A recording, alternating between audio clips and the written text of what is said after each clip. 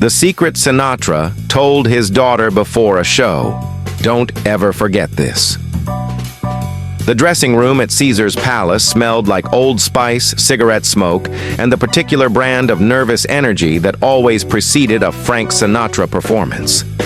It was November 1974, and Nancy Sinatra Jr. stood near the door, watching her father prepare for what would be one of his comeback shows after a brief retirement that nobody, least of all Frank himself, had believed would last. Nancy was 34 years old now, a successful entertainer in her own right with her hit "These Boots Are Made for Walkin'," and a career that had proven she was more than just Frank Sinatra's daughter. But standing there watching her father adjust his bow tie in the mirror, she felt suddenly like a little girl again. The same little girl who'd watched him prepare for shows at the Paramount Theater in the 40s, when Bobby Soxers screamed so loud you couldn't hear the music, when Frank Sinatra was the biggest thing in American entertainment. She hadn't planned to come backstage. Nancy had a seat in the audience with her husband, was supposed to watch the show like any other spectator, but something had pulled her back here, some instinct that told her she needed to see her father before he went on. And when she'd knocked on the dressing room door, Frank had opened it himself, not a bodyguard or an assistant, but Frank, and his face had broken into that smile that was reserved only for his children. Nancy. He'd pulled her into a hug, and she'd been struck by how small he felt. Not physically small, Frank was still trim and vital at 58, but somehow more fragile than she remembered. The brief retirement had taken something out of him. Or maybe it had just given her a chance to see what had always been there beneath the bravado and the legend. A man getting older, aware of his own mortality, trying to figure out what mattered in whatever time remained. "I wanted to wish you luck," Nancy said, pulling back from the hug. "I know you don't need it, but I always need it, baby, especially tonight." Frank moved back to the mirror, studying his reflection with the critical eye of someone who'd been performing for 40 years and still worried about every detail. "First show back. They're all waiting to see if I still have it, if I can still deliver." "Dad, you're Frank Sinatra. Of course you still have it." "Frank Sinatra is a persona, sweetheart. A construction. Underneath, I'm just Francis Albert from Hoboken who's not getting any younger and wondering if he made a mistake retiring in the first place." He adjusted his collar, unsatisfied with something Nancy couldn't identify. "You think I look okay? Tell me the truth. Do I look old?" Nancy moved closer, studying her father in the mirror. He looked distinguished, she thought. Silver at the temples, lines around his eyes that spoke of decades of late nights and bright spotlights and a life lived at full volume. But he didn't look old. He looked like Frank Sinatra. "You look perfect," she said honestly. "You look like yourself." Frank smiled, but there was something melancholy in it. "That's what I'm afraid of. What if myself isn't enough anymore?" It was such an un-Frank thing to say, such a vulnerable admission from a man who'd built an entire career on confidence that Nancy felt her throat tighten. She'd seen her father in triumph and disaster, had watched him navigate the highest highs and lowest lows of fame, but she'd rarely seen him doubt himself like this. "Dad, what's wrong? Really wrong? This isn't just opening night jitters." Frank was quiet for a moment, his hands going still on his bow tie. When he spoke, his voice was softer than Nancy had heard in years. "I'm 58 years old, Nancy. I retired because I thought I was tired, thought I'd done everything I wanted to do, thought maybe it was time to step aside and let the next generation have their moment. But being retired," he shook his head, "I hated every minute of it. Hated feeling irrelevant. Hated watching the world move on without me.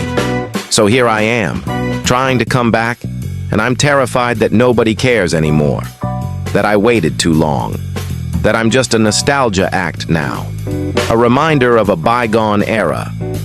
"That's not true, isn't it?" Frank turned to face her directly now, abandoning his reflection. "Your generation listens to different music, Rock and roll, disco, all these new sounds. My kind of music, the standards, the Great American Songbook, it's what their parents listened to, what their grandparents listened to. I'm yesterday's news trying to pretend I'm still relevant. Nancy had never heard her father sound so defeated, so uncertain. It frightened her in a way that was hard to articulate. Frank Sinatra was supposed to be unshakable, was supposed to swagger through life like he owned it. Seeing him vulnerable like this felt like watching a mountain crumble. "Dad, listen to me." Nancy took his hands, forcing him to meet her eyes. "You're not yesterday's news. You're timeless. The music you sing, the way you interpret songs, that doesn't age. That doesn't become obsolete. Every generation discovers you and falls in love with your voice, your phrasing, your style. That's not nostalgia. That's immortality." Frank squeezed her hands, and for a moment they just stood there, father and daughter. All the complicated history between them, the divorce from her mother, the periods of estrangement, the times Frank's career had taken precedence over family, somehow not mattering as much as this simple moment of connection. "When did you get so wise?" Frank asked, his voice thick with emotion. "I learned from the best." "Your mother, you mean?" "I learned from both of you. But Dad, some of the most important things, about persistence, about believing in yourself, about refusing to be counted out, those I learned from watching you." There was a knock at the door. "Mr. Sinatra, 15 minutes to showtime." "Thank you," Frank called back, never taking his eyes off Nancy. "I should finish getting ready." But he didn't move. Instead, he stood there looking at his daughter with an expression Nancy couldn't quite read. Part love, part regret, part something else entirely. "Nancy, sit down for a minute, please. I want to tell you something." Nancy settled into one of the dressing room chairs, the same kind of chairs she'd sat in as a child while her father prepared for shows. Frank remained standing, but he wasn't looking in the mirror anymore. He was looking at some middle distance, like he was trying to see into the past and future simultaneously. "I haven't been a good father," Frank said suddenly.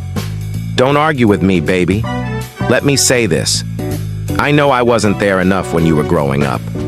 I know the divorce hurt you and your siblings. I know my career always came first, that I prioritized my ambitions over being present for you. And I know, God, I know that I can't get those years back, can't undo the damage, can't make up for all the times I should have been there and wasn't. Dad, please, Nancy, let me finish."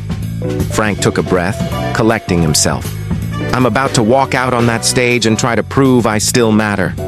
Try to prove that Frank Sinatra isn't finished, that he's still got something to say, that people should still care. And standing here looking at you, all I can think about is how much time I wasted chasing that validation from strangers when the people who really mattered, you, Frankie Jr., Tina, your mother in those early years, I took you all for granted." Tears were forming in Nancy's eyes. She'd wanted to hear something like this for decades, had needed to hear her father acknowledge the hurt his absences had caused. But now that he was saying it, it felt more painful than healing. Because she could hear in his voice that he genuinely regretted it, genuinely mourned the lost time, and there was something devastating about knowing that her father carried that burden. "You did the best you could," Nancy said. "You were trying to build something, trying to achieve something important." "Was it important?" Frank interrupted. "Really? Was having hit records and starring in movies and being famous? Was that more important than being at your school plays? Your graduations? The times you needed me and I wasn't there because I had a recording session or a film shoot or a performance. It made you who you are." "Maybe, but who am I, Nancy? Really? When you strip away the fame and the legend and the image, who's left?" Frank moved to the window, looking out at the Las Vegas Strip with its blinking lights and endless promise. "I've spent my whole life creating Frank Sinatra, the voice, the chairman of the board, Old Blue Eyes, all these names, all this mythology. and it's been extraordinary. I've lived a life most people can't imagine. But somewhere along the way, I lost Francis Albert, the kid from Hoboken who just wanted to sing, the guy who fell in love with your mother and thought he could have it all, the career and the family and the normal life. You did have it all, Nancy said softly. Maybe not all at once, maybe not in the conventional way, but Dad, you've experienced more than most people dream of. And you've given so much to the world through your music, your performances. But at what cost? Frank turned back to her, and Nancy was shocked to see tears on his cheeks. She'd seen her father cry only a handful of times in her life. At his mother's funeral, once when he'd been particularly drunk and maudlin after a divorce, another time when he'd listened to Bing Crosby's recording of White Christmas shortly after Bing's death. But never like this. Never with this kind of raw vulnerability. The cost was you, Frank continued. You and your siblings. The cost was being a real father instead of a famous one. The cost was knowing my children intimately instead of seeing them at holidays and special occasions. The cost was... He stopped, struggling with the words. The cost was being there, just being there. And I failed at that. I failed at the most important job I ever had. Nancy stood and went to her father, wrapping her arms around him. He held her tight, and she could feel him shaking with emotion. This giant of American entertainment, this legend who'd influenced generations of singers and performers, was crying in his daughter's arms because he'd realized too late what really mattered. You didn't fail, Nancy whispered. You were complicated. You made mistakes, but you loved us. We always knew you loved us. Did you? Did you really? Because I'm not sure I showed it enough. Not in the ways that counted. You showed it in your way. Maybe not the way the parenting books would recommend, but you showed it. The times you did show up, you were all there, present, engaged, making us laugh, making us feel special. And your music. Dad, your music was a gift you gave us along with the rest of the world.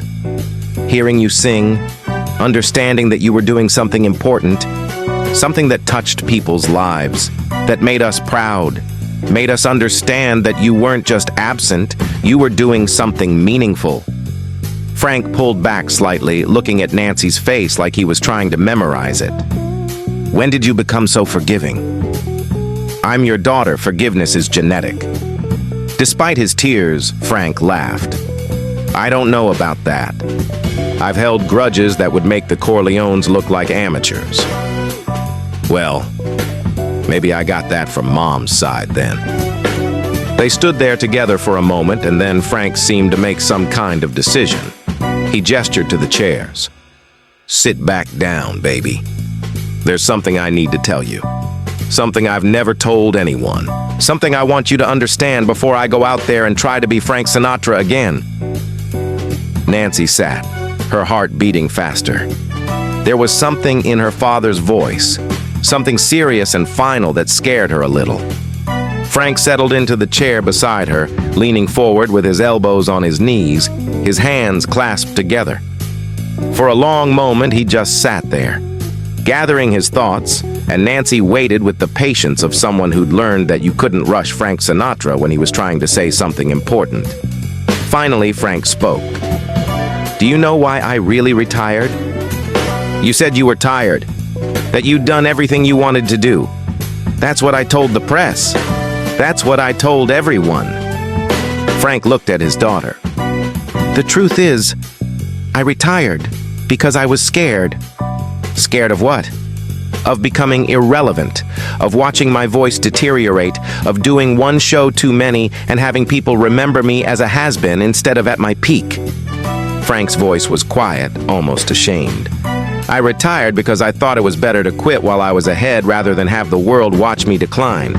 I thought I could walk away with my dignity intact, with my legend preserved. But you came back. Because I realized something during those 2 years away. Something fundamental about who I am and what I need to survive. Frank met Nancy's eyes. I realized that I don't know how to be anything except Frank Sinatra, the performer. That without the stage, without the audience, without the music, I'm lost. I don't know who I am. And that terrified me even more than becoming irrelevant. Nancy felt tears forming again. Dad, wait. Let me finish. Because this is what I need you to understand. What I need you to remember. Frank took Nancy's hands again. I'm about to walk out on that stage and try to recapture something I might have lost. Try to prove I still matter. And maybe I do, maybe I don't. Maybe the audience will love me. Maybe they'll politely applaud and wish they were listening to Elton John or whoever the hell is popular now. But Nancy, here's what I've learned. None of that matters as much as this moment right here with you. What do you mean? Frank's grip on her hands tightened. I mean that for 58 years, I've been chasing the roar of the crowd, the applause, the validation that comes from people loving Frank Sinatra. And I thought that was what life was about. I thought that was the pinnacle of achievement. To be beloved by millions. To have your name mean something, to be remembered. And it's not? It is, and it isn't. Frank smiled, but it was bittersweet. The applause is wonderful. The love of the audience is real and powerful and sustaining. But you know what I realized sitting at home during retirement, watching my own career from a distance like I was reading about someone else's life? What? That the moments that really mattered weren't the big performances or the hit records or the Academy Award or any of that. The moments that really mattered were the small ones, the quiet ones, like this moment right now, talking to my daughter before a show, or the time I taught you to ride a bike and you fell and I held you while you cried, or that Christmas morning, you were maybe 6 years old, when you got a record player and we spent the whole morning playing Christmas albums together. Nancy remembered that morning. It was one of her clearest childhood memories. Sitting on the floor with her father, the two of them listening to Bing Crosby and Ella Fitzgerald while her mother made breakfast, and Christmas snow fell outside their window. She'd felt completely safe, completely loved, completely certain that her father was the greatest man in the world. I remember, Nancy whispered. Those are the moments that last, Frank said, his voice intense. Not the performances, not the fame, not any of it. The moments with the people you love, the small, unglamorous, unrecorded moments when you're not Frank Sinatra the legend, you're just Francis Albert the father, and someone you love more than life itself is sitting with you sharing something simple. Why are you telling me this now? Frank was quiet for a moment. When he spoke, his voice was gentle but serious. Because I'm running out of time to tell you. I don't mean I'm dying tomorrow. Though who knows, I've lived hard enough that it's a miracle I've made it this long. But I mean time in general is running out. Time to be the father I should have been. Time to tell you the things I should have told you years ago. Time to make sure you understand what really matters before it's too late. Dad, you're scaring me. Don't be scared, baby. Be grateful. Be grateful we have this moment. Be grateful you know your old man loves you even though he's done a piss-poor job of showing it most of your life. Frank's eyes were fierce now, urgent. And Nancy, this is the important part. The thing I need you to promise you'll never forget. Don't make my mistakes. What mistakes? Don't sacrifice the people who love you for the people who applaud you. Don't confuse the love of an audience with real love. Don't spend so much time chasing immortality through your career that you forget to be present for your life, for the people in your life, for the moments that actually make life worth living. Nancy felt like something was breaking open inside her chest. All the years of feeling like she came second to her father's career, all the missed birthdays and school events and moments when she'd needed him and he'd been on the other side of the world performing for strangers. It was all there in his words. The acknowledgement, the regret, the hard-earned wisdom that came too late to change the past, but might still matter for the future. You have a family now, Frank continued. A husband, a career, your whole life ahead of you. And you're so talented, Nancy, so capable. You could have a career as big as mine if you want it. But I'm telling you, and I want you to remember this forever. To never forget what I'm about to say. He paused, making sure he had her complete attention. Nancy leaned forward, holding her breath, sensing that whatever her father was about to say would be something she'd carry with her for the rest of her life. "Don't ever forget this," Frank said, his voice quiet but absolutely certain. "The career will end. The applause will fade. The fame will become a memory, a footnote in history books. But the people who love you, the family you build, the relationships you nurture, those are forever. Those are what you'll remember at the end. Not the hit records or the sold-out shows or the awards. You'll remember the small moments with the people you love. You'll remember being present, being there, choosing love over ambition." Tears were streaming down Nancy's face now. "I will. I promise I will. And one more thing." Frank wiped his own eyes roughly. "Tell your children, when you have them, if you don't already, tell them their grandfather loved them. Tell them he was flawed and complicated and sometimes selfish, but he loved them even if he didn't show it well. Tell them that he learned eventually what mattered, even if he learned it too late to change everything he wanted to change." "I'll tell them. But Dad, it's not too late. You're here now. You're telling me this now. That matters. That counts." Frank smiled through his tears. "Maybe. I hope so." He stood, pulling Nancy up with him and holding her in a tight embrace. "I love you, baby. More than I've ever been good at showing. More than all the fame and success and legend. You matter more than all of that. I need you to know that. To believe it. To never doubt it. I know, Dad. I've always known." "Have you? Really?" "Yes."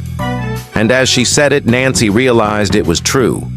Despite all the absences and disappointments and times she'd felt like she came second, she'd always known her father loved her. It had just taken this moment, this conversation, for him to say it so explicitly, so vulnerably, so completely.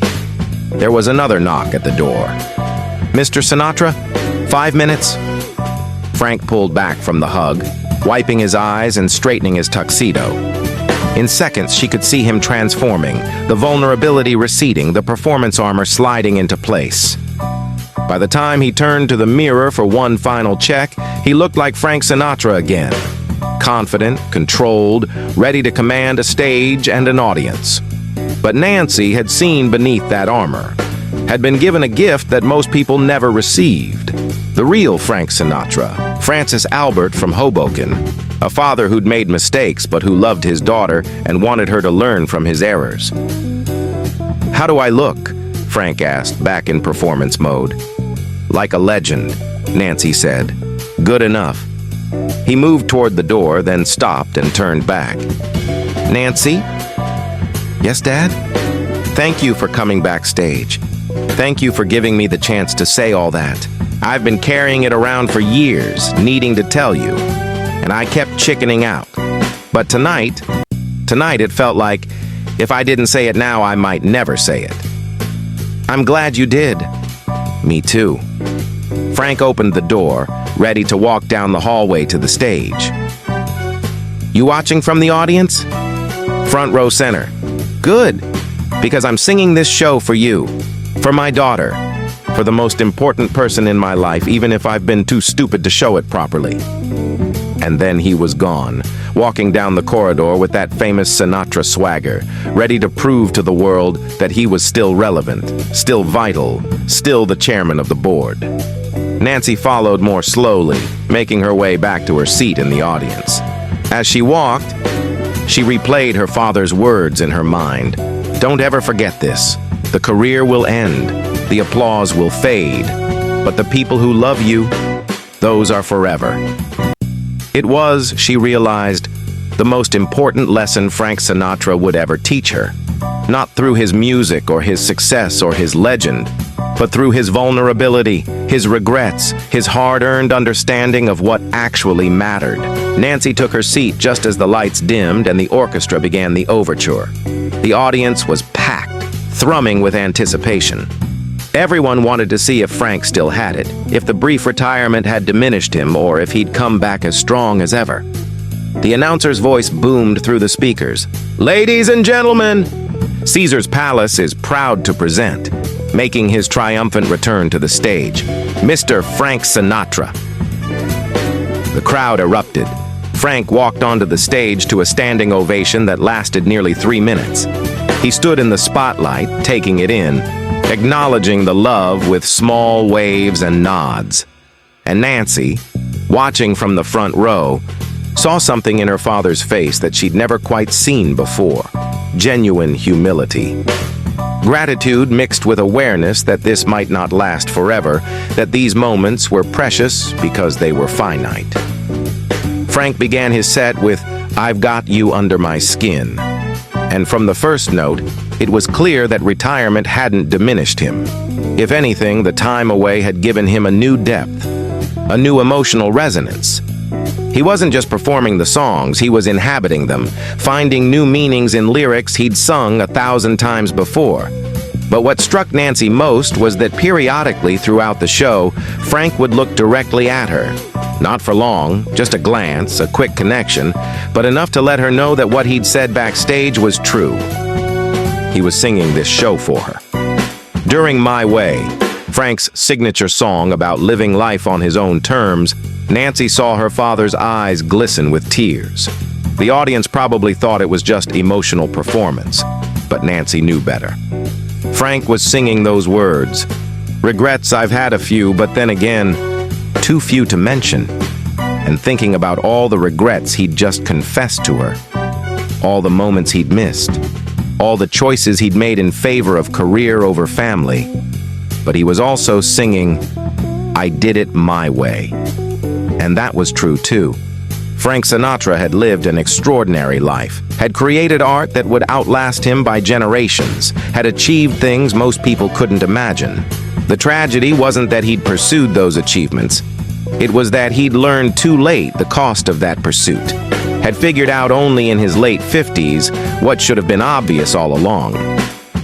When Frank finished the show, 2 hours of magnificent performance that proved he was still at the top of his game, the audience gave him another standing ovation. People were crying, screaming, applauding until their hands must have hurt. Frank took his bows, soaking it in, acknowledging the love. But then he did something unexpected. He gestured for quiet, waiting until the crowd settled enough that he could speak. "Thank you," Frank said, his voice carried by the microphone but somehow intimate, like he was talking to each person individually. "Thank you for coming tonight. Thank you for giving an old crooner another chance to do what he loves. But before I go, I want to say something." The audience waited, captivated. "I've been performing for 40 years now. 40 years of stages and spotlights and wonderful, generous audiences like yourselves. And I'm grateful for every single moment. But you know what I've learned?" Frank paused, and Nancy could see he was thinking about their conversation backstage.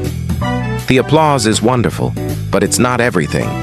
The real joy, the real meaning in life, it comes from the people you love and who love you back. Your family, your friends, the people who know you when you're not performing, when you're just yourself. He looked directly at Nancy again. "My daughter is here tonight, Nancy Sinatra. Some of you know her music. She's talented as hell, more talented than her old man in a lot of ways. But what you don't know is that she came backstage before the show and reminded me what really matters. Not this." He gestured to the stage, the lights, the audience. "But the connections we make, the love we share, the moments we're present for." The audience was silent now, hanging on every word. "So, I guess what I'm saying is, enjoy the show, love the music, but when you leave here tonight, go home to the people who matter. Be present with them. Tell them you love them. Don't wait. Don't assume there will be time later, because time is the one thing none of us can control. can't negotiate with, can't buy more of, no matter how successful we are." Frank smiled. "Okay, sermon over. Thank you for a wonderful evening. I love you all. Good night." And with that, he walked off stage to one final thunderous ovation. Backstage after the show, Frank's dressing room was chaos. People crowding in to congratulate him, to tell him how brilliant he'd been, how the retirement had clearly been a mistake, how he was back and better than ever. Managers, producers, journalists, friends, everyone wanted a piece of the chairman of the board. But Frank, still in his performance tuxedo, his face streaked with sweat, was scanning the crowd looking for one person. When he spotted Nancy near the door, his face broke into a genuine smile. He pushed through the crowd, ignoring everyone trying to get his attention, until he reached his daughter. "You were incredible," Nancy said, tears streaming down her face again. "Dad, you were absolutely incredible." "Yeah?" Frank pulled her close. "You think the old man still has it?" "You know you do." "Maybe. But Nancy, did you hear what I said at the end? About you? About what you taught me?" "I heard. I meant every word. That wasn't just stage banter, that was..." He struggled for the words. "That was me trying to take what we talked about and share it. Trying to make something good come from all my mistakes.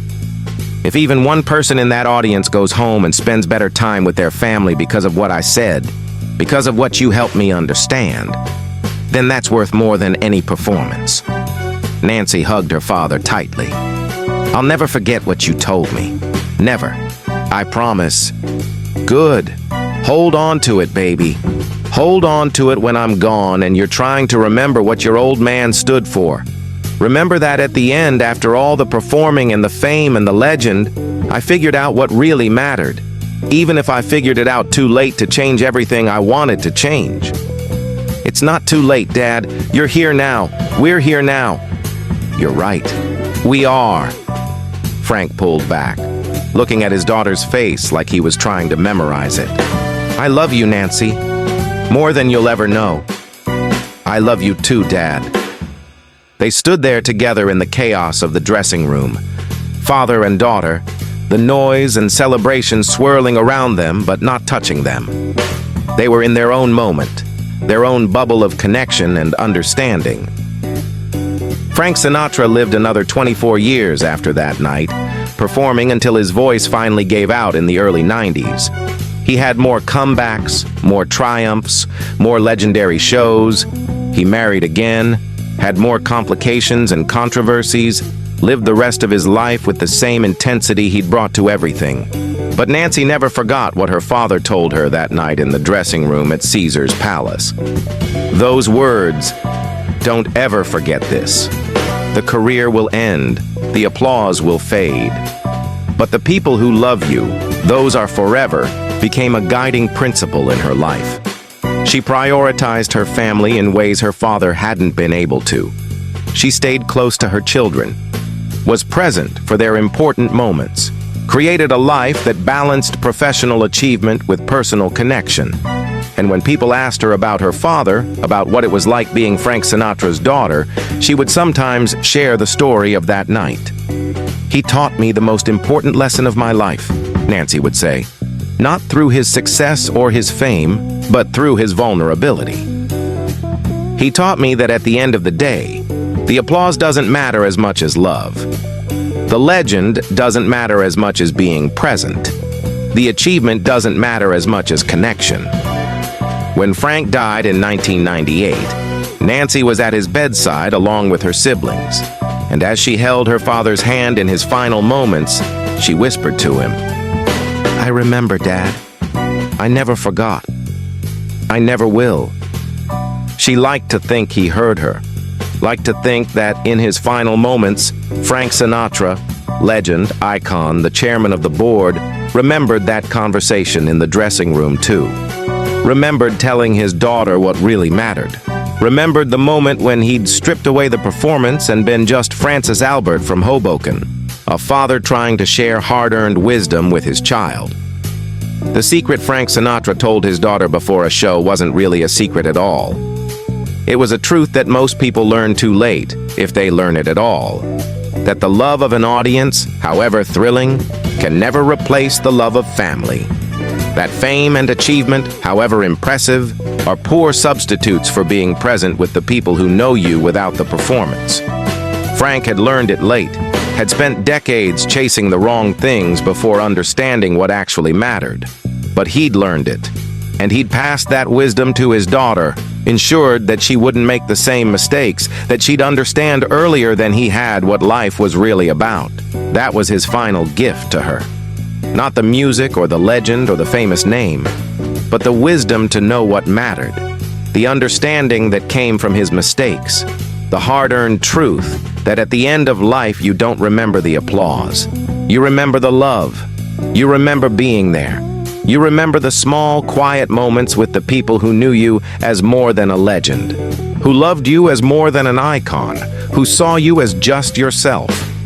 That was what Frank Sinatra told his daughter before a show, and Nancy Sinatra never forgot. The end author's note.